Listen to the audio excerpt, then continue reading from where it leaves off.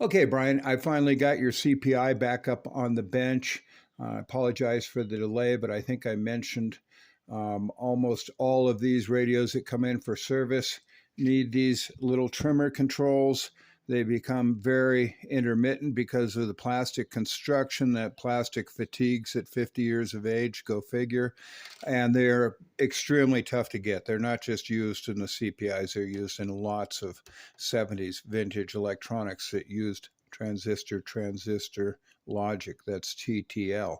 And that's the reason they're so hard to find, is they have a very high quarter watt power rating for a trim pot, which is insane by nowadays standards. Everything's gone micro miniature and very efficient. Anyways, long story short, I was able to get several of the values needed. I wasn't able to get all of them, but enough to make it worthy for me to get things back up on the bench.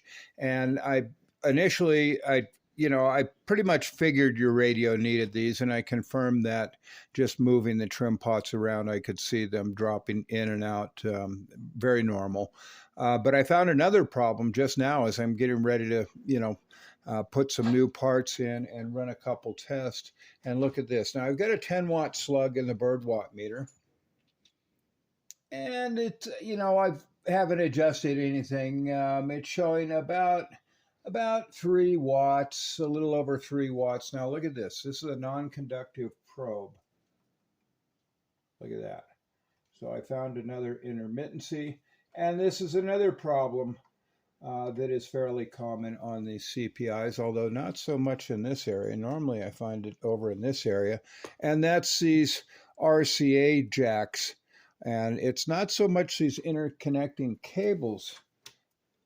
Well, I don't want to tear the thing off the circuit board, but I suspect we've got some fractured solder.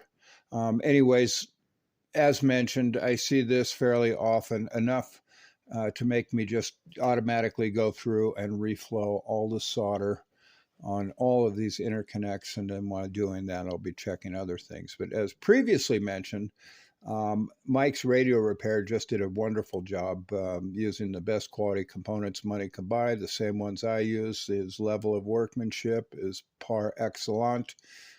So I don't expect any hiccups now that I've got some good parts. Anyways, stay tuned. Hopefully I'll have an on-air test for you. I'm not going to say shortly. It's a fairly time-consuming procedure to align one of these, but I think I've got everything I need to get this buttoned up and back to you.